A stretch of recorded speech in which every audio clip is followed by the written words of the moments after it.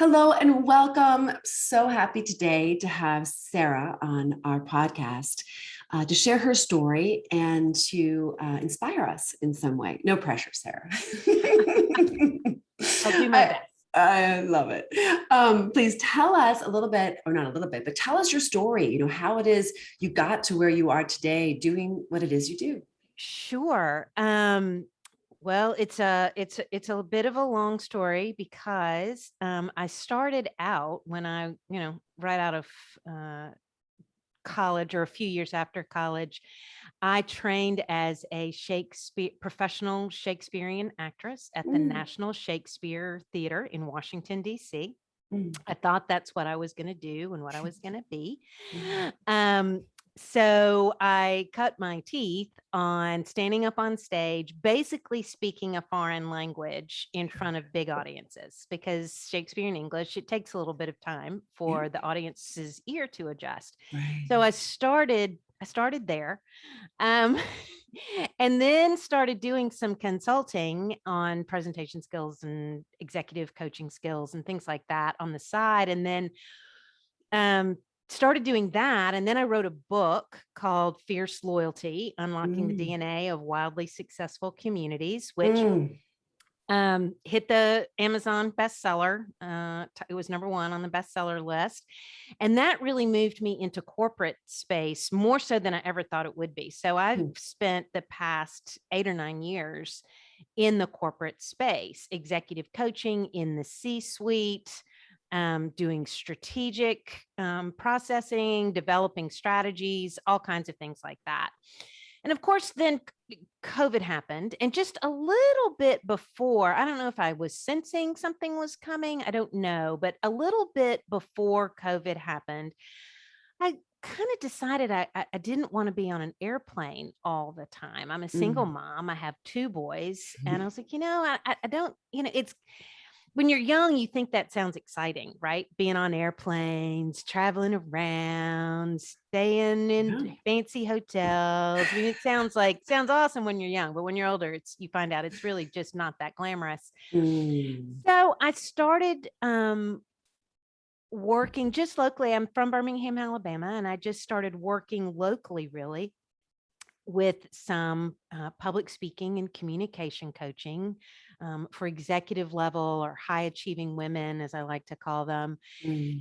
And then COVID really did. And then COVID happened. And I was like, oh, well, I guess I'm not getting on an airplane. And, I went through what a lot of people went through. What am I doing with my life? Right, Right? right. That existential That clarity. existential angst that we all got, slammed in the face with thanks to Yeah. the COVID shutdown, because Mhm. life that as we knew it, we couldn't just keep doing what we were always doing because That's that just right. wasn't working. Yeah. So I spent a lot of time thinking about, where is that cross between what I really love to do and where I can best serve? Mm. And then through just in retrospect, of course, it was exactly played out exactly as it should, but then just sort of through a very random, I think, series of events, I started working with just women speakers and executives. And when I say speaker, I don't just mean keynote speakers in front of 10,000 people. If you're standing up in front of a table of 8 people, you're speaking in front of a Mm, group, in mm, my opinion. mhm, And what I discovered what I discovered is the women you would be most surprised. They are at the top of their game in mhm. so many, many ways. But the idea of getting up and presenting anything in front of a group of any size put them into lockdown. Mm. It was such a terrifying prospect to them. And it is true. People would rather give all their money to the government or go to the morgue than stand up and do public speaking, right? Mm. But it just surprised me because I thought, oh, at this, they're operating at such a high level that this is crippling to them. They need a certain kind of coaching and help to get them to the other side of this and really help them step into how powerful they are and how powerful their voice is and how they really can hold their own the room, own the stage, own the table, whatever it is they're doing. That's what I want for them. And so that's what I do now. And I absolutely love it. That is such a beautiful story. And I think a lot of women who are in that position, and you who are listening right now might be in that position to be able to do that soul searching and find out, what is it that I do best and where is the need most for what it is that I do best. And I think a And lot that of I people love struggle with doing. that. That was important to me, that I Yeah. love doing, right? Right. Because there are a Yeah. lot of things I'm good at. Do I want to do that for a living? No, I absolutely do not. Mm. So I grew up just outside of Washington, D.C. My dad was in D.C. and my Oh, mom was in Northern where? Virginia. So he was in Bethesda, but also in Northwest earlier Mhm. on. And so, I grew up every weekend in the city. And so I know that area really, really well. And I it lived is, on Capitol Hill, oh my half a God. block behind the Supreme Court. So, yeah. It's really different now as it was Yes, it then, but is. I just had that overlap with you, and I just thought that was fun. And it's interesting because I have been on stage ever since I was a little girl. I started singing the national anthem at the swim meet in my local community, like age 4, Wow. and then was performing at the White House, when I was like 6, Young Citizens of America, and it was really a huge part of my upbringing. And then I went into like, church choir, chorus, theater, even student government at my school, which had 7,000 children. And so I personally am really comfortable speaking, but that I know is unusual. And finding your voice is a really interesting topic to me. Because if you are in a group and you have to sing improv, for example, I mean, like even the most sophisticated, well-trained classical singers feel very confronted, right, to just kind of enter in an improv way, or to, I haven't warmed up. I haven't. yeah, right, Actors are the same way. I mean, improv is a whole different skill, yeah. right? And in a way, when I or you or any of the women that you work with are standing in front of the room, there is a certain element of unknown. Can I Absolutely. remember? Can I do this? How will they respond? How will I pivot if, there's so many things. But I'd love you to speak for a minute about how you help your clients find their voice and what value it serves. Sure. Well, I have this is still in the fledgling stages. So I have a model. I'm sure it will be much sexier after I have a chance to work with it. But there's sort of 3 areas that I work on that I have found are of particularly for women, because women, we communicate differently. If I tried to Mhm. convince you that we communicated the same as men, everybody would laugh me out of the room. So, Right.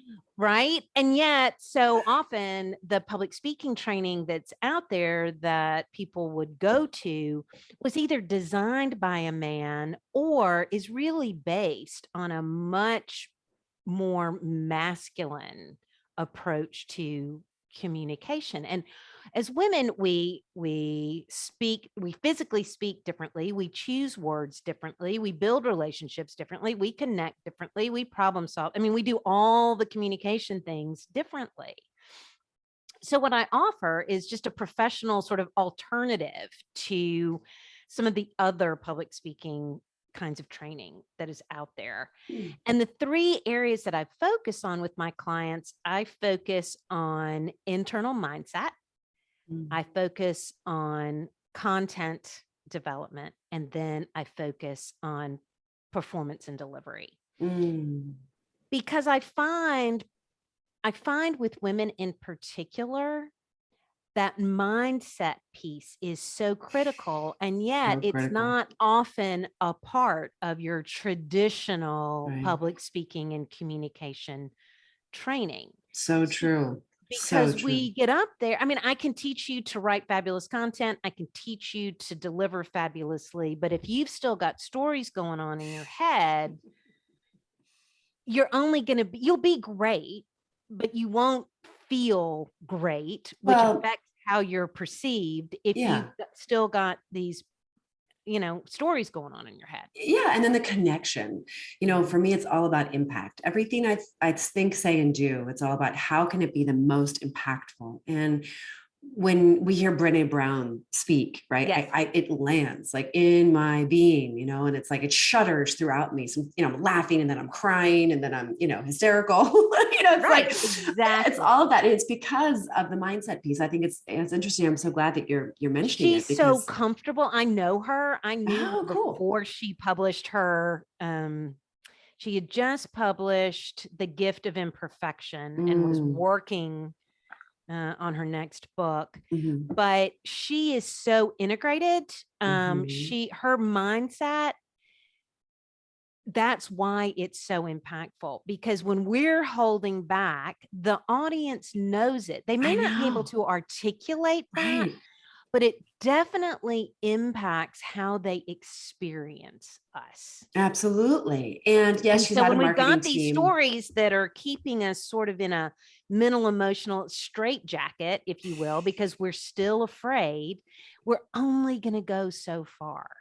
Yeah, it's true. And what I hear behind what you're saying is also intention. Right. Mhm. Because if we're holding ourselves back, the intention behind the words and then the choice of words that we generate in the moment are going to be completely different if we're in one mindset versus another mindset. And Absolutely. I feel like people use this word mindset a lot. It's almost like wellness, or even meditation now. And it's like Right. that. It feels generic. It does. And it's like for me to bring it in even more, and correct me if I'm wrong, but it's really about the intention. Yes. And we all carry these stories, right? I mean, I don't think there's anyone, however well, I mean, I've spent over $1 million in self-improvement courses and workshops and, Right. I mean, haven't we all? yeah. And it's like, it's not like it's ever done. Right. It's just another level, or there's more velocity, or you can move through it more quickly. Right. But we all have to be in this mindset check. And whether you're speaking to your kids, or your neighbor, we have to kind of track, and it's tricky. Like I come from a really strong, long background of yoga, and they call it the seer of the scene. And now working with a coach really helps because then you get to reflect it back to them. Like, oh, this Right. is showing up in your language patterning. Or I don't know actually how you do it, but Right. that's kind of what I notice with my clients. And so, is that something that comes up where you're able to help them kind of see some of these stories and some of the patterns through the word choices, or how is it that you? Yes. Where we start, is okay. So let's imagine you're about to give a presentation. You know an audience that you would be getting up. Well, I'll pretend you're my client. So you're gonna get up. You're thinking about the presentation that you're gonna give next month. Let's pretend it's that moment before, as a performer, the moment before, Oh right? Let's yes. pretend it's the moment before. Mm-hmm. What are you thinking about? Right. Okay. What am I thinking about? Thinking about success and Right. what that means, right? Like, having it really be impactful and making a difference. Yes. And then kind of like not sure if that's going to happen. Yeah. So that's the conversation that I have with so many of my clients. They're like, oh, that's the moment when I'm thinking, oh my God, what if I forget? What if I fall down? What if I hear myself say, and oh, what are they going to think? Who's out there judging me? All the things, Right. right? So we start with those stories. Mm, Where are those stories coming from? So, for mm, example, I have a client that I worked with. She's the CEO of a tech startup, and part of her job is to pitch potential investors, right? Because that's what you do when you're in a startup. Except she was terrified. She felt like she was going to throw up every time she had to do it. And so she came to me to help her. She was getting ready for a competition and she wanted help crafting her script and working on delivery. But in the course of that, as we started to address what was happening for her the moment before, because that's where she felt like she was embarrassing herself and the whole thing was going down in a ball of fire before she ever opened her mouth. oh, Well, come to find out that as a child, like you, she was a musical prodigy a bit. And as a 12-year-old, 13-year-old, she gave, you know, recitals as Mhm. a child performer. Mhm. And every single time when she came off the stage, her mother would say, you know, you were great, but Kathy was so much better. Oh no. Oh. Yeah, every time I think I'm a bad mom, I remember that story because at least I'm not that bad. I'm But sure her she mother had, didn't mean to be rude, like disempowering, but oh boy, that's tough. yeah, but she had internalized Sure, I'm not good enough. that I'm Mhm. not good enough. Who Mhm. am I to stand up and talk about why our company is worth investing in? Right. She had to clear that before she could land. All of that had to Mm. get unpacked and untangled Yeah. before and Yeah. during. Like we were still working on her script and we were still working on her delivery, Mhm. but we were also untangling what was really had her in a stranglehold. That's amazing. What a breakthrough. So it's way more than just like being a great speaker, right? It's a really deep transformational work. And I'm sure that clearing that and addressing that has helped her in so many areas of her life. I mean, how could it Uh, not?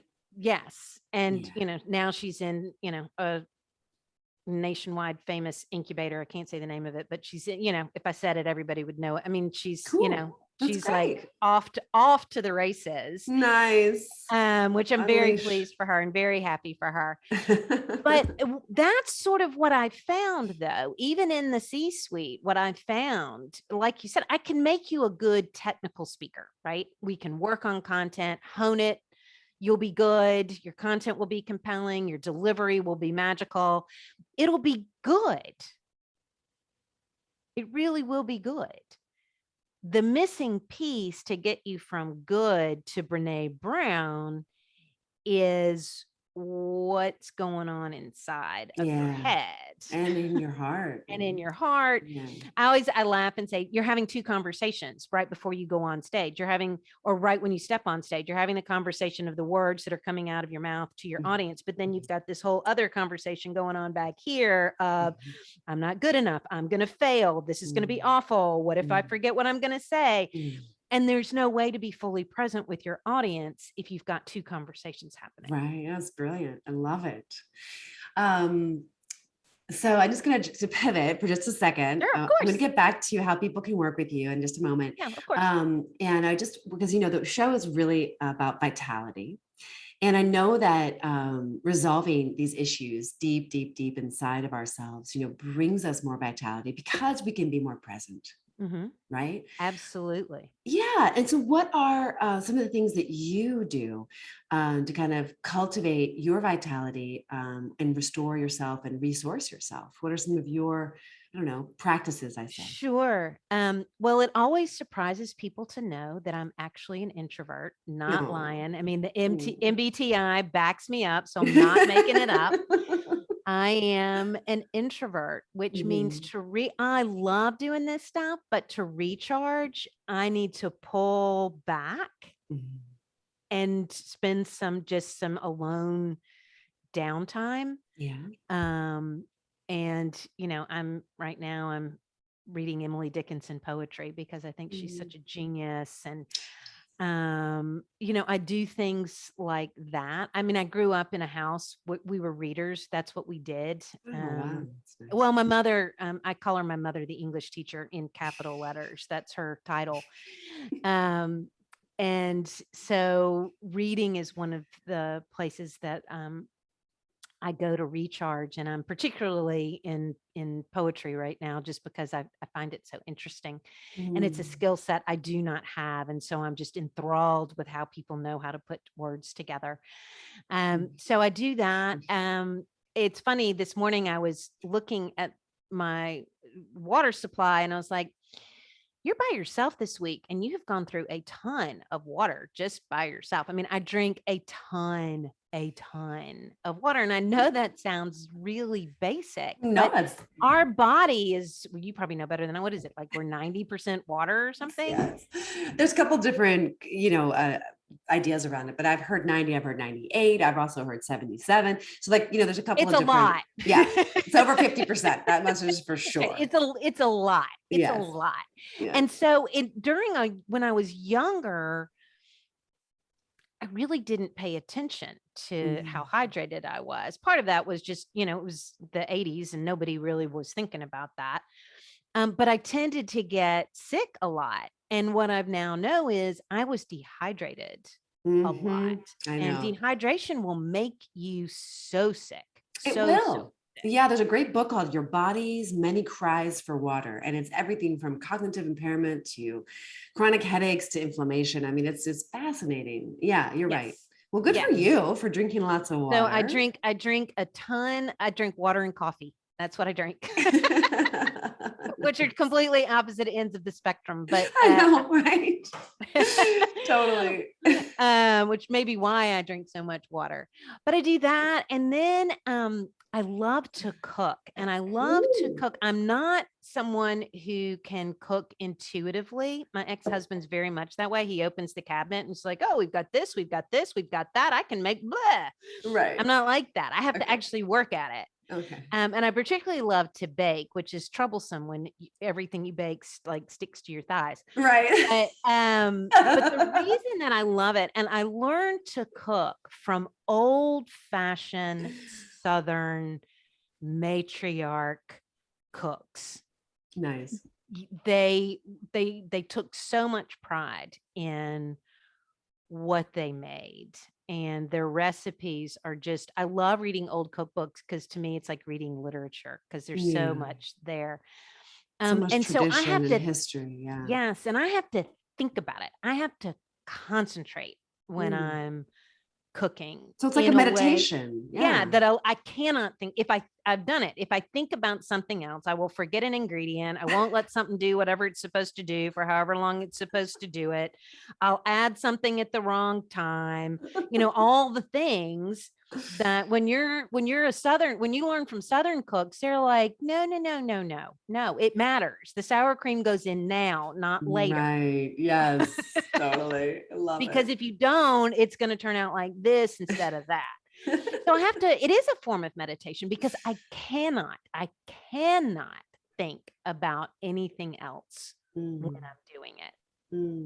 But you love it. It's so nice. But I love it, and I feel sort of connected. I've lived all over, but when I'm cooking, I feel particularly connected to my childhood home and my childhood, and the adult friends of my parents, and all. I feel that spiritual connection, if you will, to that world when I'm cooking, even if I'm cooking something far more modern that they would be like, I don't even know what that is, but I still feel that connection because there's still a precision and a pride in the final product.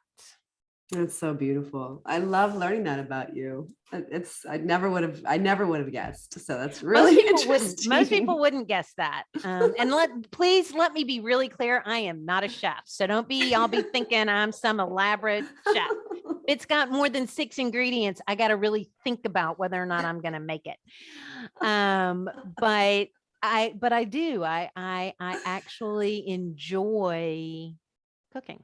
Yeah, me too. It's a huge thing. For me, it's more about like it's a project that I can finish because I tend to have a lot of projects going on. And it's like, oh, I can get this done. I can clean it up. I can eat it. And it's just such a huge sense of satisfaction, not only in like, eating the food that I made myself, which I prefer to eat than going to any restaurant pretty much in the world. And additionally, it's so satisfying to complete a project. So I'm with you. I have lots of house projects just sort of everywhere in various and sundry states of completion. I think it's part of owning a house and also part of being a single mom, which I am too. Yes. Yes. Yes. You get halfway through something and then somebody needs something and you have to drop what you're doing and then you just somehow don't get quite back to it. Yeah. So if somebody is looking for guidance on how they can become a better speaker, but it sounds like it's more than that. It's about how you present yourself, how you're showing up, Yes. and who you're being, which is a huge part of the coaching that I learn and I practice as well. But it's translated into, being able to deliver Yes. your ideas in a way that's more impactful. How do people find you? How do they work with you? Tell us a little bit about that. Well, they can go to my website, which is www.sarah with an H, sarahrobinson.com. And I have two ways that I work with people, depending on where they are and what their immediate needs are. I Mm. have what's called a one-on-one private masterclass experience, which involves a lot of pre-work. Then we have a 90-minute session that's recorded. And then there, I follow up with what I call director's notes, which is what, you always got after rehearsal. And when Mhm. you're in plays, you always got your director's notes, Mhm. and some next steps and some guidance. So if somebody's got a presentation coming up that's specific and they know what they want to work on, that's a great option because we're working in such a focused way. Mhm. Then I have a 3-month program that's also one-on-one individual coaching program. And we work on all three of those areas that I talked about. Yes. The mindset, we work on content, and we work on performance and delivery. And really, how much time we spend in each of those areas is dictated by my client Mhm.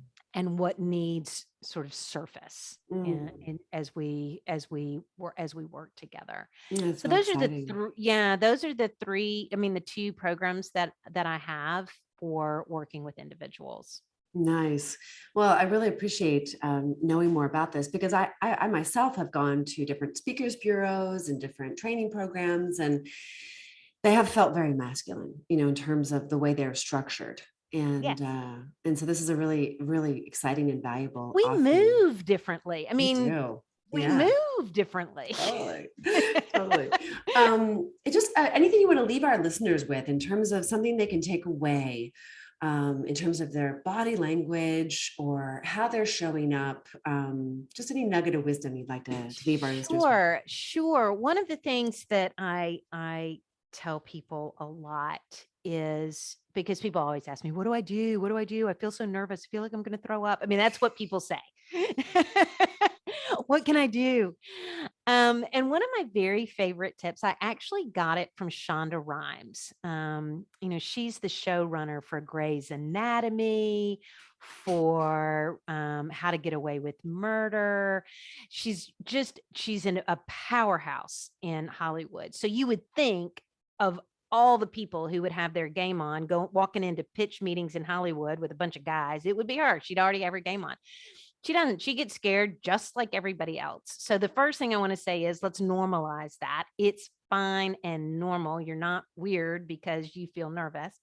But one of the things that she does every single day for 5 minutes, she stands up, she spreads her feet out to sort of hip width. She puts her hands on her The hips Wonder Woman and she pose. does Wonder Woman Yes. for 5 minutes. And she does Five it minutes long. she makes herself do it for 5 minutes. Love that. Wow. Because she says 5 minutes is just long enough for me to get uncomfortable and keep doing it. Mm.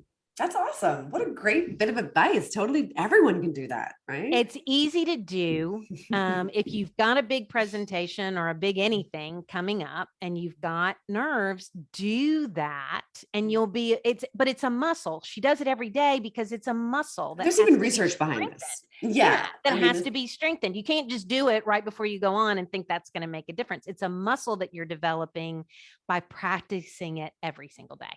I love it. Well, thank you so much for You're sharing your wisdom welcome. with us. Thank you for the work that you're doing. Thank you. And may many, many women be empowered by and through your work. Thank you.